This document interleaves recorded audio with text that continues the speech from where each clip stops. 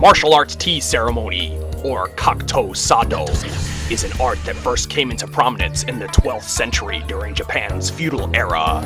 Popularized by the shogun, it is a unique combination of samurai arts and tradition with the entrenched rituals of tea preparation. Since its inception, the art has undergone its share of transformations, starting out as a mere martial art, but over many long years evolving into so much more. A way of life, a religion, a brotherhood of shadows, a secret society. There are aspects of martial arts tea that are known to its members, and its members only. The schools would eventually closer resemble churches and synagogues, where meetings and sacred tea ceremonies would be held. It has become something of a lost art over the years. In present day, there are only 2 known schools to which the fundamentals of martial arts tea are taught. There's the Miyako Oji, or unorthodox school of martial arts tea, which goes against the grain of many of martial arts tea's most ironclad rules, and holds the highest priority to personal satisfaction, by any means necessary. It is headed by the Miyako Oji matriarch herself, under whom are the 3 elders, Ino, Shika, and Cho. The family's successor is the ever-silent beauty, Setsuki Miyako Oji. And then, there's the Daimonji, or Orthodox School of Martial Arts Tea, which adheres strongly to the very rules established by the shogun hundreds of years ago, holding in high regard discipline, exactness, and diplomacy. It is headed by the Daimonji matriarch, followed by her 3 subordinate elders, Matsu, Take, and Ume, and the heir to the school, the matriarch's deficient grandson, Sentaro Daimonji. Centaro is adept in the unpredictable martial arts tea ceremony, an art that 99% of his opponents will find unfamiliar and impossible to prepare for. While the unorthodox school approaches its martial arts in a more brutal, no-nonsense style, the orthodox school to which Centaro belongs is so strict and refined that every battle is contested from the seated position, much like one would kneel Seiza style at a low table while sipping tea. With massive strength in the toes, he can move about with surprising speed, almost like he's hovering above the floor.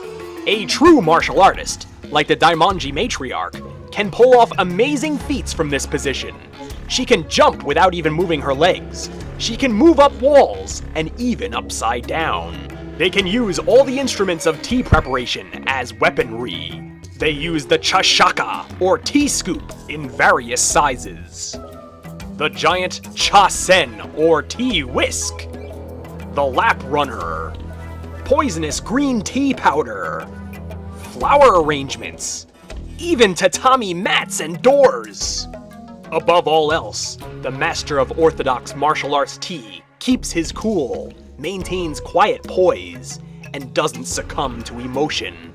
These are feats that Sentaro Daimonji pulls off quite nicely. And when it comes time to sit down and enjoy a nice hot demitasse, there is a thick book of sacred rituals to be performed. To perform them any less than perfect is considered blasphemy. Everything from the quality of the tea, to correct posture, to sipping ability, to gratitude, all precisely measured, nitpicked, and made gospel. The Daimonji school has a storied history, having existed for 16 generations, and its future rests on the shoulders of Centaro. He falls into his role proudly and willingly, though the pressure may be getting to him a tad bit. While the lifestyle he was born demands toughness, grace, and dignification, in reality, he's a wimpy, clumsy, weird human being. While his skills at martial arts tea may seem above and beyond, he still has much to learn. In the grand scheme, he's a mere novice who is sloppy and makes stupid mistakes. He is so weak-willed, he highly depends on other people to solve his problems, and this may be his biggest flaw. He constantly enlists the aid of Ranma Saotome to help him out of predicaments. And even worse, he is a big-time mama's boy to the Daimonji matriarch. She is his puppeteer. He jumps at her beck and call. At her disapproval, he cowers and cringes. He sucks up to her to the point where it's sickening. While it is an integral part of martial arts tea ceremony for the heir to respect and serve the matriarch, Centaro does it to the point where he loses all individuality. He is not his own human being. It's been some time since I've used this term, but if you look up wishy-washy in the dictionary, you'll find Centaro.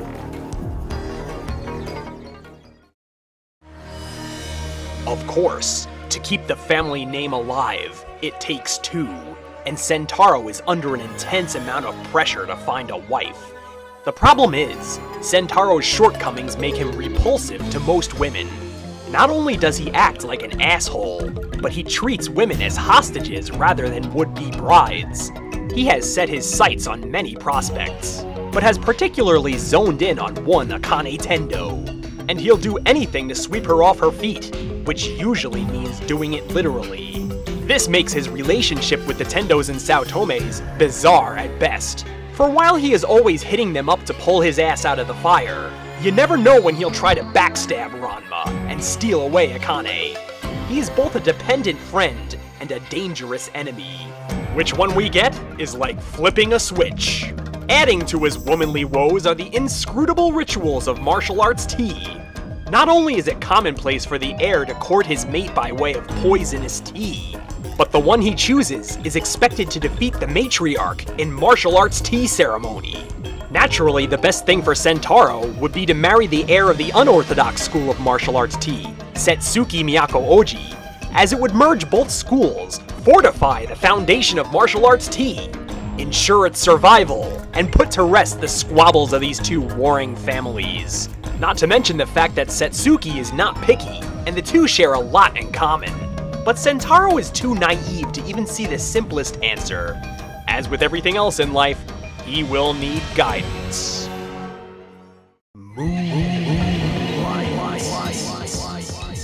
Centaro's less than trusty steed.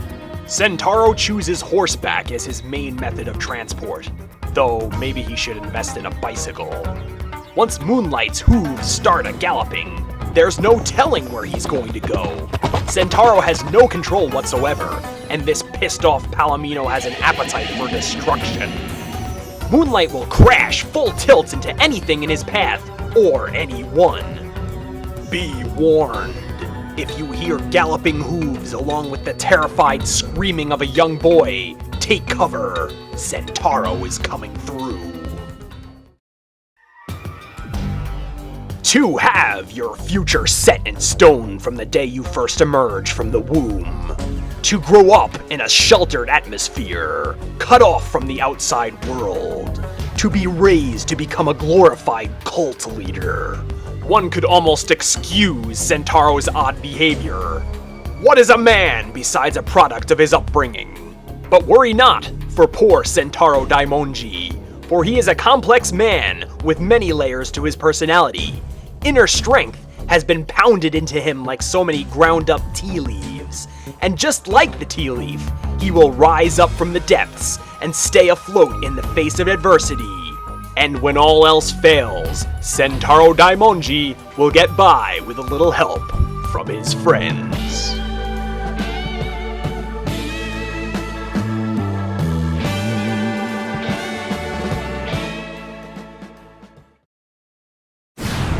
Special thanks go out to Zodi999, Treeborn Kettle Girl, Patty6485, Hidden Darkness 13, Ushigi Tenyo Ranma, and Rei Yami Hikari for the requests.